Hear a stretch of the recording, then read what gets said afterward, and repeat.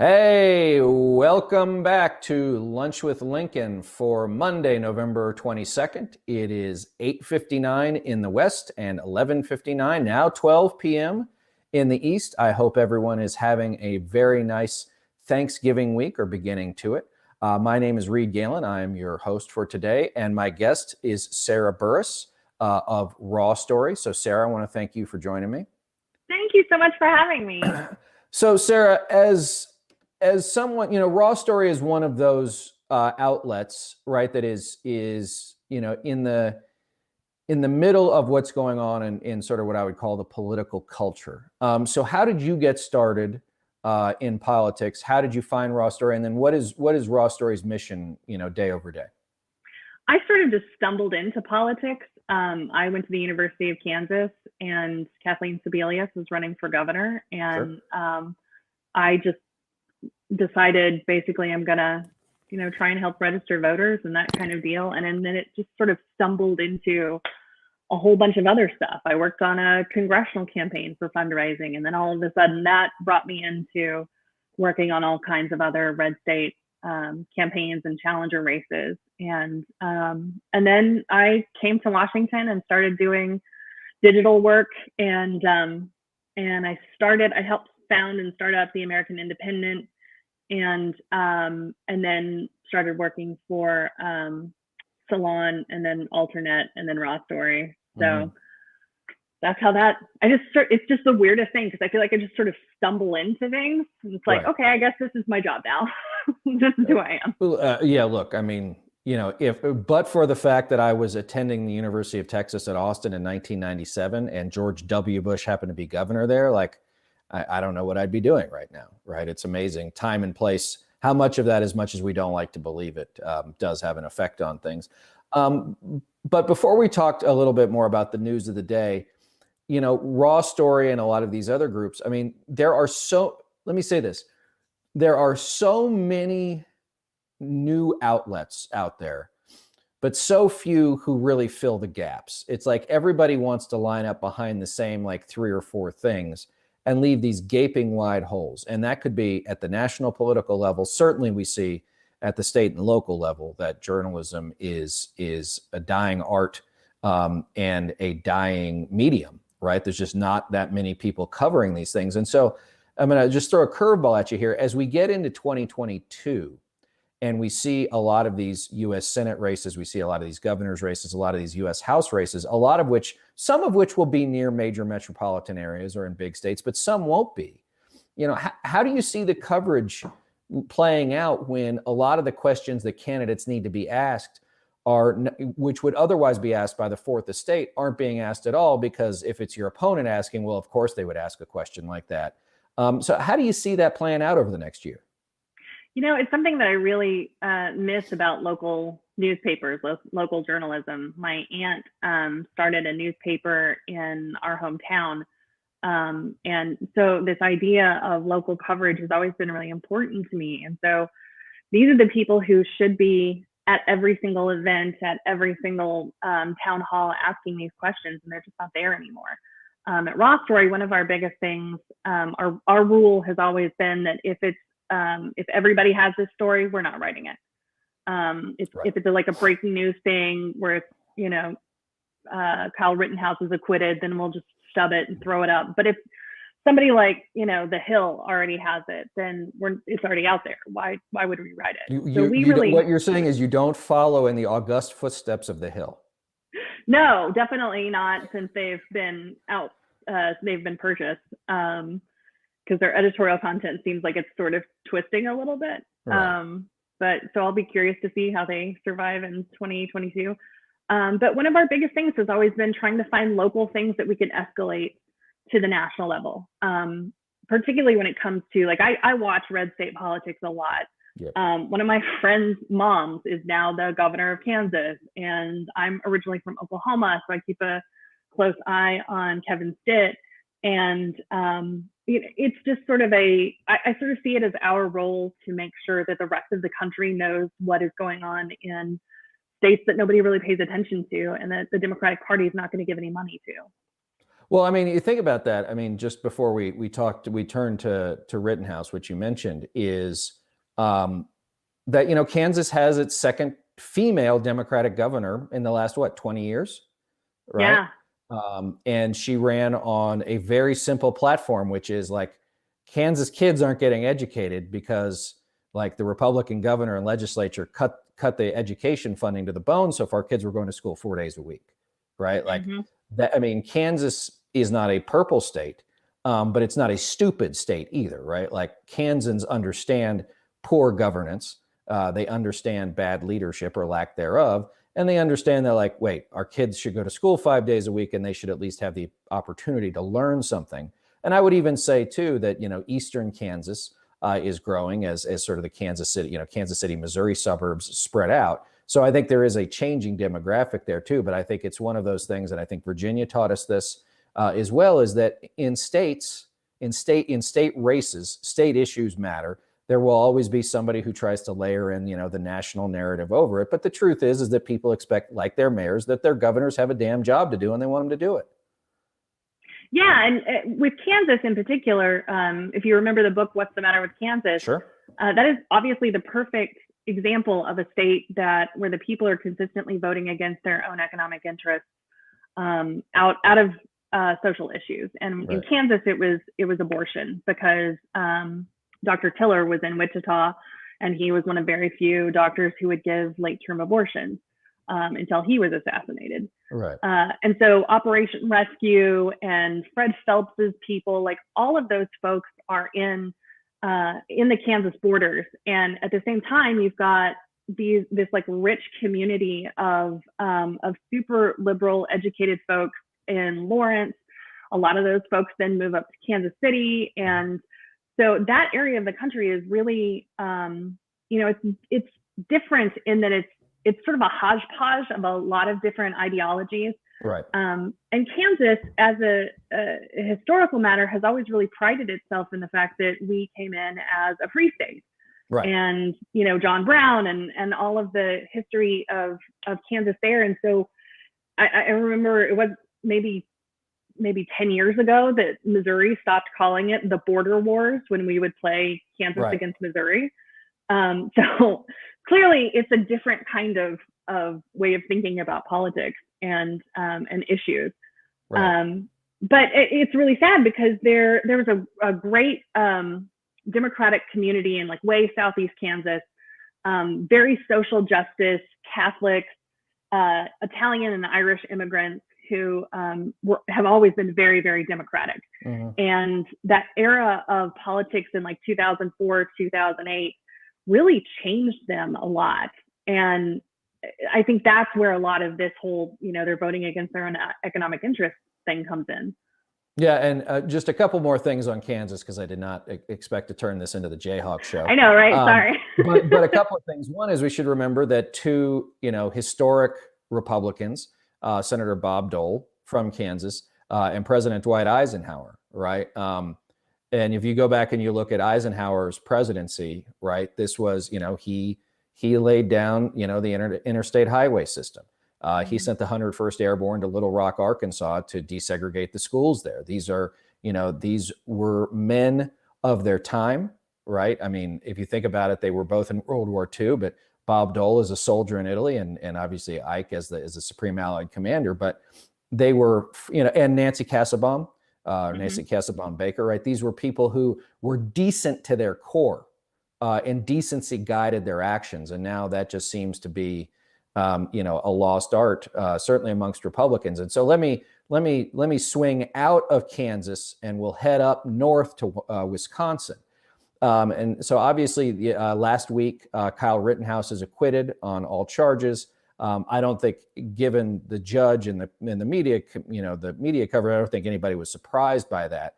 But the one thing that did start to emerge out over the weekend, Sarah, was that a lot of the pro-Rittenhouse social media activity was not coming from right-wing or conservative activists in the United States, but it was actually coming from places like Russia, China, and even the EU.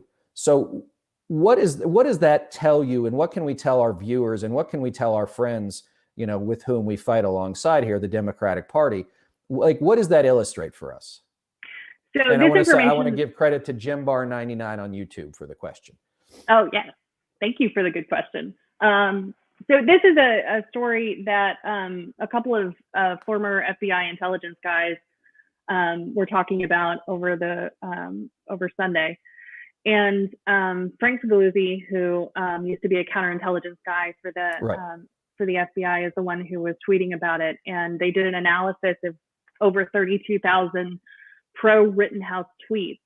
And of those, they had 29,000 that were completely disabled their location, so nobody really knew where they were. And the rest of them were, or like 17,000, almost 18,000 came from foreign sources. Mm-hmm. And it's really reminiscent of what was happening in 2016. And this idea that we sort of learned that Russia really wanted to try and pit Americans against themselves. Right. And sort of weaponize the Black Lives Matter movement with, with like whatever final racism is dying out over the country in their last stand, and just try and make the country fall apart from that. And that's sort of what happened with the Rittenhouse stuff. Is you saw an angry, African-American community in Wisconsin who felt like, obviously it's legal now to just shoot somebody in a protest. Right. And then you've got people who were paying for Rittenhouse's legal defense who, are from those militia groups and from those far right groups. And so it really just feels like, again, we're experiencing this over and over again with these two groups that are at each other's throats. And it's the only thing that it's doing is really just tearing the country apart. And so from your perch, you have these foreign actors who, to your point, right, are trying to divide us. And we should be clear that, as we saw in 2016 and 2020, that their only path to victory is division and fear, because they need to encourage as many of their voters to turn out, need to either scare or depress enough of their opponents' voters, to make sure that they can get this margin of victory. But as you look across the landscape, there's a lot of noise on the edges, as there always is. That noise is louder than ever. But, as Nixon called them, the silent majority. How much of the silent majority is paying attention to something like Kyle Rittenhouse, not because they don't care or not because they're not appalled, but because, like Americans, they got lives to get on with? I think at least some of them are. Yeah. Probably not as much as we wish that they would. We just had our big, huge family Thanksgiving on Saturday, and the whole family is Republican. I think there's maybe two of us who are Democrats. And I'm always sort of using them as a sounding board to be like, okay, sure. Well, what do you think of this? And how are you viewing this? And how do you, consume information about this? And so the Rittenhouse thing in particular, like, nobody really was paying attention. I think my mom was, just because I was writing about it and posting it on Facebook, but nobody else really was paying that much of attention. And I don't know if that's because they have other things to do or it's just not their issue. When you look at the rest of the country and this idea of the silent majority, a lot of people say that the United States is a center-right country, and we're really not.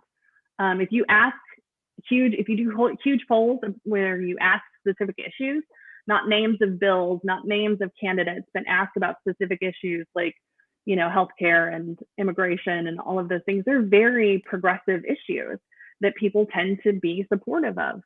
So, and Democrats, I feel like, get sort of bogged down in this idea of, well, we're just going to attack Donald Trump all the time and try and tie everybody to Donald Trump, which is great, but you have to actually talk to people about the issues that matter to them and what you plan to do as an elected official if you're elected. Well, I mean, I would say this is that, one is that Republicans fight in the culture, right? Mm-hmm. I mean, that's what they do. They look, I came up in it. I know it as well as anybody. And secondly, I think that, to your point, is it's getting our friends in Democratic politics to understand what it is they're up against. So whether or not it's the Russians and the Chinese, blasting out the pro Rittenhouse tweets, which inflames everybody, right? Or Tucker Carlson having the kid on his air tonight. This is all for a purpose, which is to drive, the idea here that this kid was not a vigilante, right? Not someone who shot 3 people after crossing state lines, driven by his mother carrying an AR-15 that he should not have had because he obtained it illegally.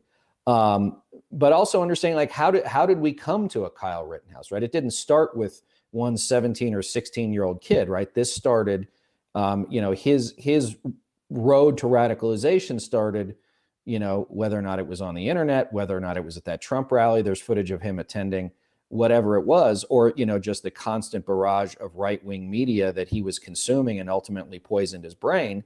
That is a larger problem. And you can't, and as much as I want to agree with you that, it can be an issues-based thing, at some point you have to say, when they throw the CRT bomb at you, you have to throw it back to them, right? You can't just let them, explaining CRT ain't going to do us any good. But I would also say that, the one thing about the noise is I do believe you're absolutely right in that Americans are sick of being mad about things. I think a lot of them are, and would prefer to think that there is a future in which, they'll be able to go back to, work in a normal way. Maybe they won't. I don't know. At least their kids' lives will be somewhat normal, right? They can, my kids can look back on this 40 years from now and say, when I grew up, it was a weird 2 or 3 years, right? But we got through it because Americans like to persevere. And I think that's the one thing that Democrats need to learn is, like, we have to steel ourselves for the fight. That is, it's not coming. It is upon us. We are in it now. And so how do we do that in a way that folks understand that, taking Bruce to a gunfight is not going to get you what you need? Well, I mean, I think it's been going on for even back into the Tea Party movement. I really just see the sort of Trumpism as an extension of that. And so I feel like there has been this kind of astroturf organization for a very long time, and Democrats never really support or fund an opposition movement that is issues-based or values-based in any way. And I think one of the big things that always frustrates me about Democrats is we couldn't find a good talking point with 2 hands and a flashlight. And there's so, when you talk about CRT issues, you said it perfectly. If you're explaining something, you're losing. And so I don't understand why Democrats can't sort of swoop in and say, draw everything back to, things like the economy or healthcare. And it's not that difficult. You see the pivot, the amazing pivot that politicians do all the time, right? Where you ask them what their favorite color is, and they're like, well, I really enjoy blue, but let me tell you why I really care about healthcare. Right. Like, it's just, it's such a twist, and you don't really see candidates on message like that anymore. And I don't know if it's just because out of laziness or crappy staffing or just no real consistent message coming out from the top of the party. So I think it will work against us until we finally can get that kind of organization to happen. But again, like, I'm from Oklahoma, and Will Rogers said that there's no organized. He's not a member of an organized political party. I'm a Democrat. Right. Yeah. So. Yeah. No, and I think that's right, and I think it's understanding that. So you go back to the great book by Richard Ben Kramer, What It Takes. It covers the 1988 presidential campaign. Joe Biden is featured extensively in that. And maybe I'm oversimplifying here, but the reason why he called the book What It Takes, is because ultimately every candidate for office has to make a decision. I even said this to a candidate for office. I was at a dinner the other night, and they said, what advice do you have for me? And I said, at some point, you're going to have to make a choice. And you're going to be at a crossroads and you're going to realize that you could win this race, but it's going to require you to do something you'd prefer not to do. And the choice will be, will you do what it takes to win or won't you? Yep. And this person said, well, there are things more important than winning. And I said, well, then I think you've got your answer. Unfortunately, politics, elections in America are a binary choice. You win or you lose. There is no moral victory. Voters, as we've said, why do Republicans campaign the way they do? Because they fundamentally understand that voters won't remember the next election. Trump is the notable exception to that rule because he just never goes away. But in most places, if voters even pay attention, if they even show up, right? Because Sarah, let's be clear, most voter participation in this country sucks to begin with, right? It's only half the people are turning out in a midterm on a good year, right? But it's like, you have to decide, do you have what it takes to win? Do you have what it takes to even decide you want to win, right? And these are fundamental questions that are not easy. And then I think also to your other point about, where messaging comes from is, Republicans are hierarchical. They always have been. Now it's like now it's an authoritarian Jenga game. It starts at the top and it flows down, and sometimes it starts at the bottom and flows up. For the Democrats, you have the president, the vice president, the speaker, the leader, whoever, right? And of course, they're all loath to let anybody, quote, be in charge, right? Which is why I've always said, when whether or not it was the Occupy movement or when I was a kid in Washington, D.C., and there was always, the very liberal, protest thing, whatever was going on in the ellipse near the White House, when you could still do things on the ellipse at the White House, there was never any coherent message to it. It was just a bunch of folks getting up and speaking their piece about their issue, right? But who knew whether or not one person or another even agreed on what that issue was?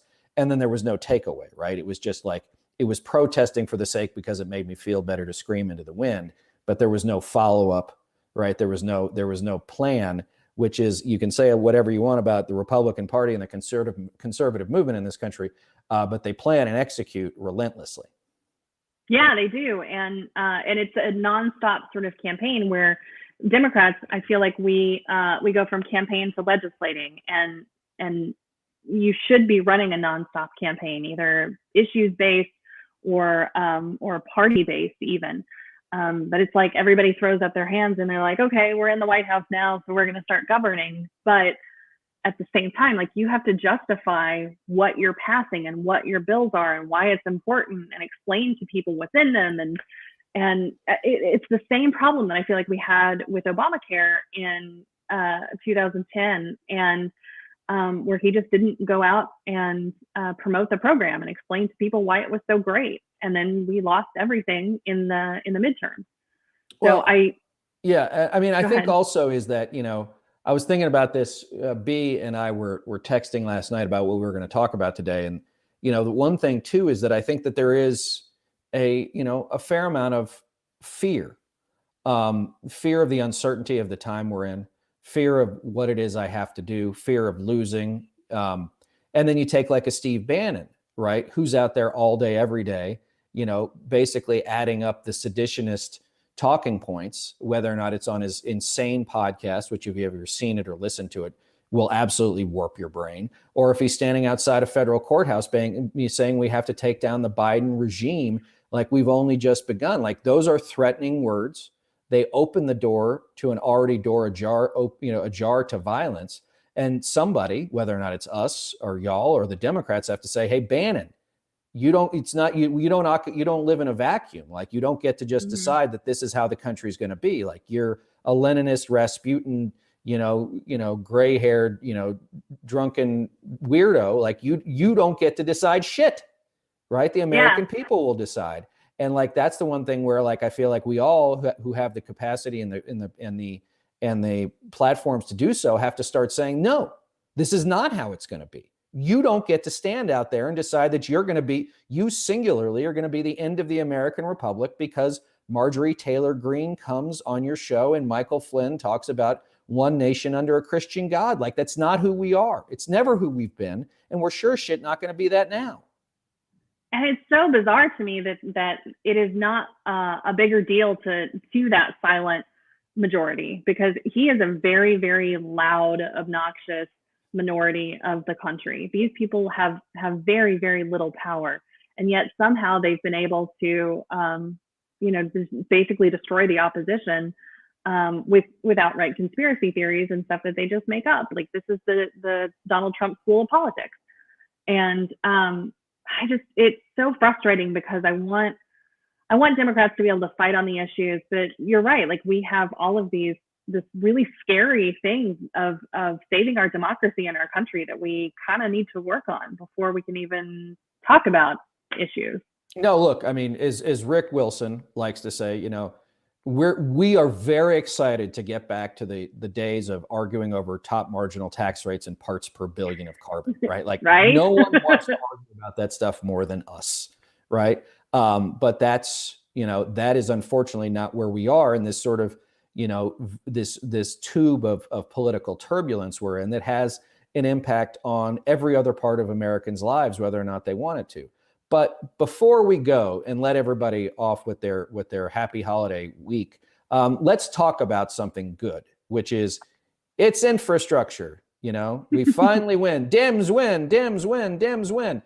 So, Sarah, this was a big deal for the president, and now it feels like it's already receded into the background. You know, just tactically speaking, when I started in politics, I was an advance man, right? So, like, I didn't make decisions about anything except like where the stage went and what the backdrop was, right? Like, that was literally my whole job, and putting X's on the floor for the president and others to stand in. But when this happened, when a big win like this happened, right? Like, the White House political office, communications office, everybody had plotted out, like, where do we need to be?